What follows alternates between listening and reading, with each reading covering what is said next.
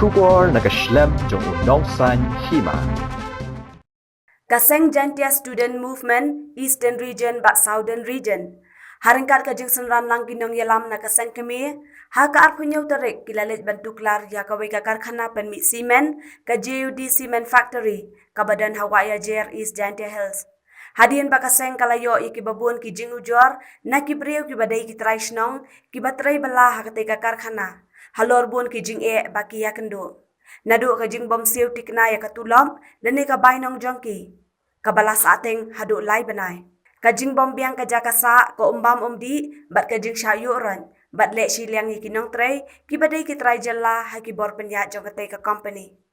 Kaseng ha kajing akran bat kibor penyat jongka kala ay por hadu si banay badai ban siw ya kitulop jong kinong tray jongka bat ban penbun de kibriw tray jalla. Ha kababun ki samla bom dan kam don jam lem kumta kamban si bandet kang chisendon ya katay ka company. Kaseng kala maham ru bagaday ban penbiang yakikot kisla jong kinong tray jongka kibawan na barjela kum kaleba license bat trading license.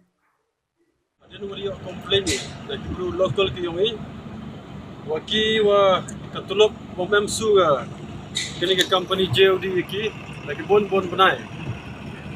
Jadi porla kini ke company tahu dem, yang di local ke yang ini. Daman dalai survey ni bro, daman kam tahu siar, kam tahu berat. Kaum mudi ki daman kaum mudi ka tong na klo, ciap di ki. Ajo porla. Abdullah check ni ke company de yoi. Bon gini ki bar jala ka trading license ka yong. Ajo por ini lang kaseng. Da po kaching maham ni ke company, da ek por ka chibna ka por wo sugi ke tulop yung ki local ke yo ki prug yong.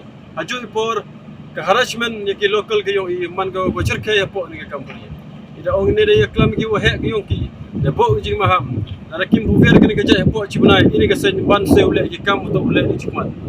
Ajo por ada iki jing maham wasniaw ha ini warok ginong kre ini to penbiang ke trading license ke yongki labor license ke yongki nang musuk ke kre ke kam yo imlang salang ke yongki ajo por to isotu igini ke JUDM go ke CSR ke DMF yo ke sarkar yagni to am kam pule ga bud ni ba yo ke society yo ke roy ke param ta ke miat ke parja ka thayo ke imlang salang